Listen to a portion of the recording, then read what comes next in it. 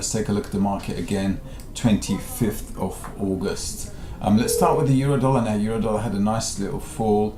It's now pulling back up again, so this should eventually come down a little bit more. Now today, or tomorrow actually, we've got Janet Yellen speaking, so what the market will probably do is to kind of retest that and then start selling off from here and then take it down again. Okay, so that should be the situation.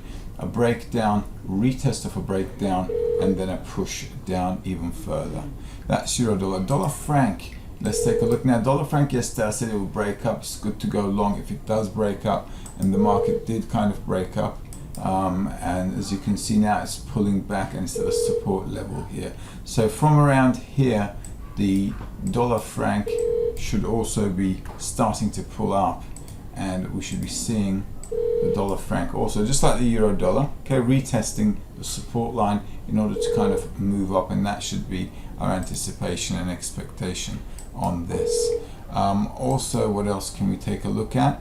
Dollar yen. Now dollar yen yesterday had a nice up move. Let me just make it a bit better. As you can see, the dollar yen is in a triangle here, so we're going to have to wait for a breakout. Okay, either way we're going to have to wait for a breakout.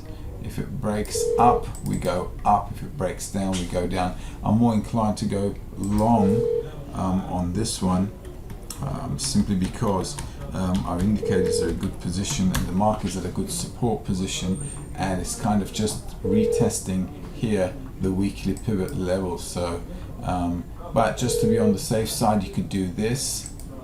You could even do this for today, and if it breaks above this line, you can go long to follow it all the way up there. Okay, let's take a look at the pound dollar. Now the pound dollar is pulling back, so it has a bit more room to come back. You're just going to have to find out, if you're short on this one, where to put your targeting. So around here on this line might be good. Actually, what you could do as well is this. Let's be a bit more pragmatic, and let's get rid of these. Too many lines are not good. So what you could do here is this. If this is going to be like a channel, what you might want to do is to do this, and then another line drawn here, and that's also going to be a target. Okay, oops, sorry, let's just do this. There you go. So the market has potential to kind of pull back there. Let's take a look at the New Zealand dollar, because that was a nice short from yesterday, and then again now it's continuing. Hopefully this will come down a bit more. It's a bit tricky here. It feels like it wants to break out, so we've got to be careful on this one.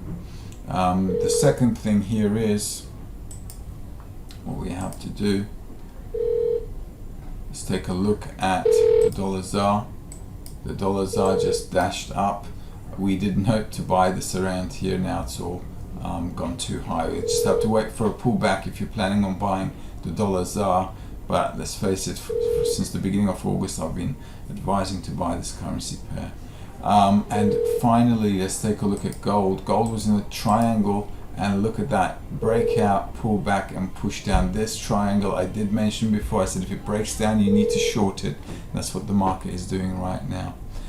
Okay, so just be mindful. Just got to follow the market on a daily basis. Hope that helps. Have a good day trading.